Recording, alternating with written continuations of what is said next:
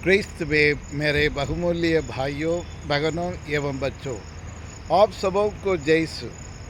हमारे प्रभु यीशु क्रिस्त की कृपा, शांति, प्रेम, आशीष, अनुग्रह और उनकी सामर्थ्य सदा सर्वदा आपके एवं आपके परिवार के साथ रहे। प्रिय विश्वासियों, आज सारी दुनिया में फैली हुई माता कलीसिया और संत थॉमस यानी 12 प्रेरित में से एक प्रेरित संत थॉमस का त्यौहार मना रही है। लेकिन हम भारतवासियों के लिए बड़े गर्व की बात है कि और आज और हमारे देश में और भारत में फैली हुई माता कलीसिया बड़ी धूमधाम से और उल्लास एवं उमंग के साथ और इस बड़ा संत का त्यौहार और मना रहे हैं। प्रिय विश्वासियों, सचमुच आपके लिए मेरे लिए गर्व की बात है, क्योंकि और संत थोमा और उसका संत थोमा के नाम से जाने जाते हैं और वह the founder of Christianity in India, यानी भारत देश में ईसाई धर्म का संस्थापक हैं। He the founder of the Christianity in India. आज नहीं, कल नहीं, परसों नहीं, और 52 एडी में और भारत में आकर और सुसमाचार फैलाया और ये ईसाई धर्म का बीज इस भारत देश में उन्होंने बोया है। और इसलिए बड़े धूमधाम से बड़ी उमंग के साथ मना रहे हैं।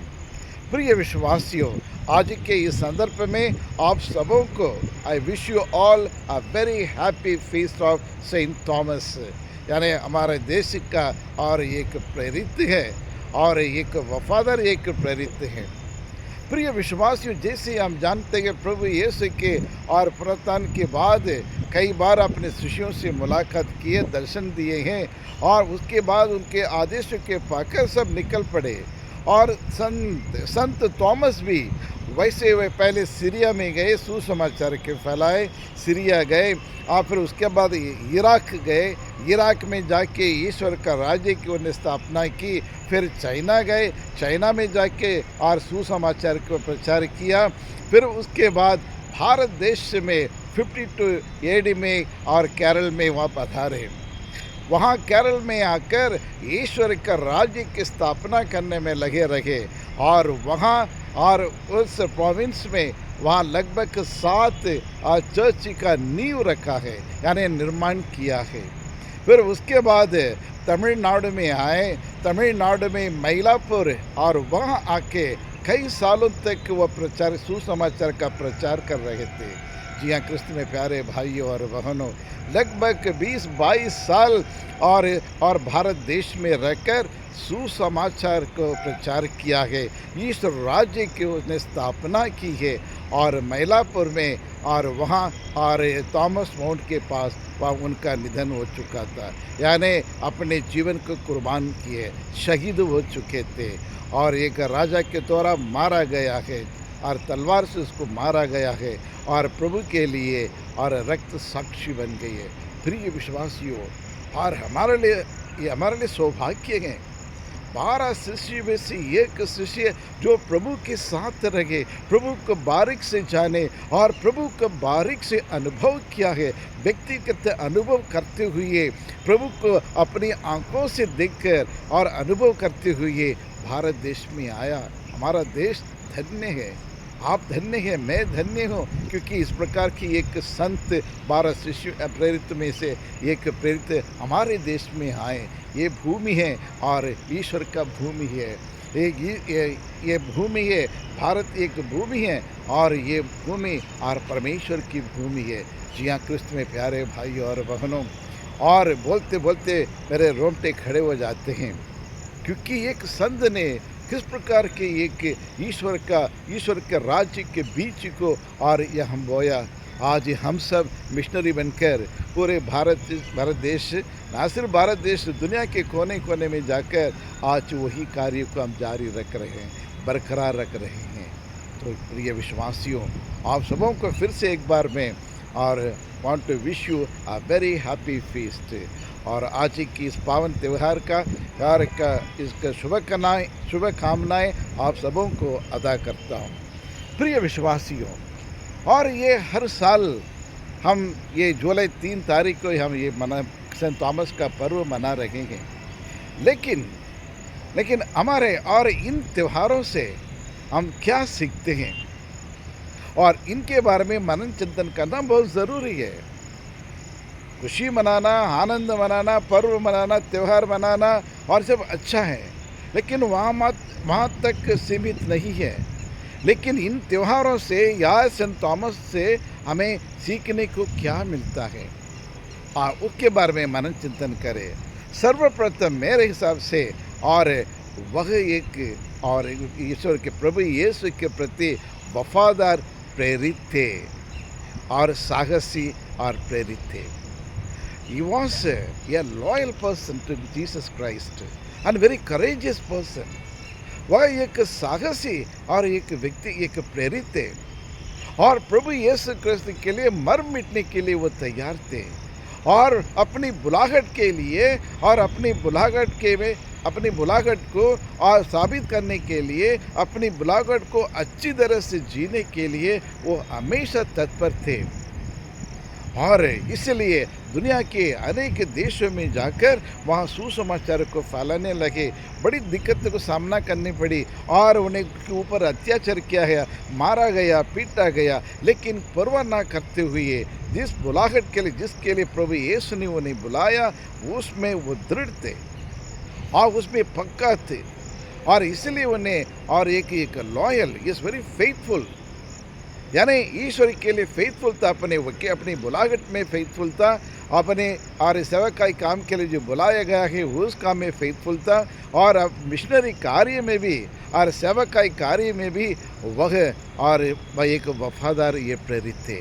आज आपको और मुझको, आपको एक टीचर के रूप में बुलाए गए होंगे, डॉक्टर के रूप में बुलाए गए होंगे, एक पिता के रूप में, एक पत्नी के रूप में, एक फादर के रूप में, एक सिस्टर के रूप में, एक टीचर के रूप में आपको एक बुलाहट दिया गया है। लेकिन क्या हम सेंट थॉमस के समान हम ईश्वर हमारे और बुलाहट के प्रति हम वफादार हैं? Are we faithful to the mission that god has assigned to each and every one of us? या परिवार वालों के लिए पति पत्नी क्या एक दूसरे के प्रति वफादार हैं? या बच्चे माँ बाप के प्रति वफादार हैं? या अपने पड़ोसी के प्रति, समाज में के प्रति आप वफादार हैं? और ये शिक्षा आज हम सेंट थॉमस से हम सीख रहे हैं। आज जी हाँ, क्रिस्त में प्यारे भाइयों बहनों, और वह वफादार थे।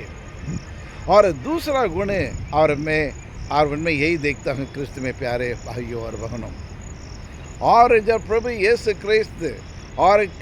यीशु क्रिस्त आए, शिष्य ने उनसे कहा, हमने प्रभु को देखा है, पुनर्जीवित प्रभु यीशु क्रिस्त आए हैं, हमने अपनी आंखों से देखा है करके उसने कहा। लेकिन सेंट थॉमस, जब तक मैं उसके और ये कीलों के, अपने हाथ की कीलों के निशान नहीं देखूंगा, बगल में हाथ नहीं डालूंगा, तब तक मैं विश्वास नहीं करूंगा करके उन्हें प्रकट किया है। और क्रिस्त में प्यारे भाइयों और बहनों, इसका मतलब ये नहीं कि वो एक शक करने वाला व्यक्ति है, लेकिन अक्सर लोग पता नहीं क्यों बोलते हैं इस डाउटफुल डिसाइपल कहते हैं। ऐसा नहीं है प्रिय विश्वासियों। और थॉमस हमें ये सिखाते हैं, our doubt should be cleared, यानी हमारे ये संदेह जो है ना, और उसको क्लियर करना चाहिए, मन में रख के कूट के मरना नहीं चाहिए, क्योंकि हम जानते हैं और डाउट के लिए कोई दवाई नहीं है, शक के लिए कोई दवाई नहीं है। कैंसर के लिए है और ये क्या कहते हैं, अन्य और जो भी है, कोरोना के आया था, कोरोना के लिए भी दवाई थी और हर चीज़ के लिए दवाई, हर बीमारी के लिए दवाई है। लेकिन प्रिय विश्वासियों, शक के लिए दवाई नहीं है। यदि हम किसी पर शक करते, the doubt will kill the person, यानी शक किसी का जान ले सकता है, वो एक हत्यारा है। और परिवार में पति पत्नी के बीच में यदि डाउट आ जाए, वो परिवार नाश हो जाता है, विनाश हो जाता है। या फिर किसी के रिश्ते में यदि डाउट शंका आ जाए और डाउट आ जाए और संदेह आ जाए तो फिर वहाँ दरार, रिश्ते में दरार पड़ने लगता है, फिर वो रिश्ता टूटने लगता है, नाता टूट जाता है। प्रिय विश्वासियों, इसलिए विश्वास की ज़रूरत है, एक दूसरे पर भरोसा रखने की ज़रूरत है। क्या हम परिवार में और हम कैसे हैं? क्या एक दूसरे पर भरोसा करते हैं, विश्वास करते हैं और डाउट को क्लियर करने के लिए तुरंत और उनके पास जाकर हम एक माफ़ी मांग लेते और उसको दूर कर देते शंका को? इस तरह से करना बहुत ज़रूरी है। संत थॉमस ने भी वही किया, उनने शंका किया नहीं है, लेकिन वो ये अनुभव करना चाहते थे, यानी व्यक्तिगत रूप से प्रभु यीशु को पुनर्जीवित प्रभु यीशु के उस आत्मा में उस कीलों के निशान को देखना चाहते हैं कि he wanted to touch and experience. प्रिय विश्वासियों, Saint Thomas wanted to touch personally, the personal touch he wanted to have and the wounds of Jesus. और इसीलिए और उनकी एक क्यूरियोसिटी थी, एक जुनून था, मैं प्रभु को प्रभु को उनके पूरे शरीर को मैं देखूं, उनकी गाँवों को मैं देखूं, क्योंकि उनकी गाँवों से मैं चंगा भले हुई है और इसलिए उस गाँव को देखने के लिए वो लालच थे, इच्छुक थे और इसलिए वो पर्सनल व्यक्तिगत रूप से प्रभु के अनुभव करने के बाद अपने संदेह को, अपने डाउट को दूर करना चाहते थे। प्रिय विश्वासियों, और उसी तरह और उसने वही किया है। और जब प्रभु ने आके उससे कहा और इसमें यही है, देखो मेरे हाथ को देखो, मेरे बगल को देखो, अपने हाथ डाल कर देखो, अनुभव करो करके प्रभु ने कहा, उनने तुरंत रोते हुए कहा होगा, जरूर होगा, आंखों में आंसू टपकते हुए, मेरे प्रभु मेरे ईश्वर, हे मेरे प्रभु मेरे ईश्वर करके और अपने आप को समर्पित किया है प्रभु यीशु के पावन चरणों में। प्रिय विश्वासियों, आज मिसा बलिदान के समय हम कितनी बार बोलते हैं, हे मेरे ईश्वर और मेरे प्रभु, हे मेरे प्रभु मेरे ईश्वर, और एक बड़ी अच्छी एक प्रार्थना में सिखाया है और कोई शिष्य ने इसे नहीं बताया, मेरे प्रभु मेरे ईश्वर। उन्हें पहचान लिया, कैसे पहचान लिया? अनुभव, व्यक्तिगत अनुभव था प्रभु के साथ। प्रिय विश्वासियों, आज वही पुनर्जीवित प्रभु यीशु क्रिस्त इस यीशु वचन में है और इस मंदिर में है, ये मिसा बलिदान में है। मिसा बलिदान में भाग लेते समय यीशु रक्त और रोटी के रूप में हमारे दिल में आ रहे, उनके पावन शरीर रक्त को छूने की और उसको टेस्ट करने की और फील करने की हमें मौका देता है।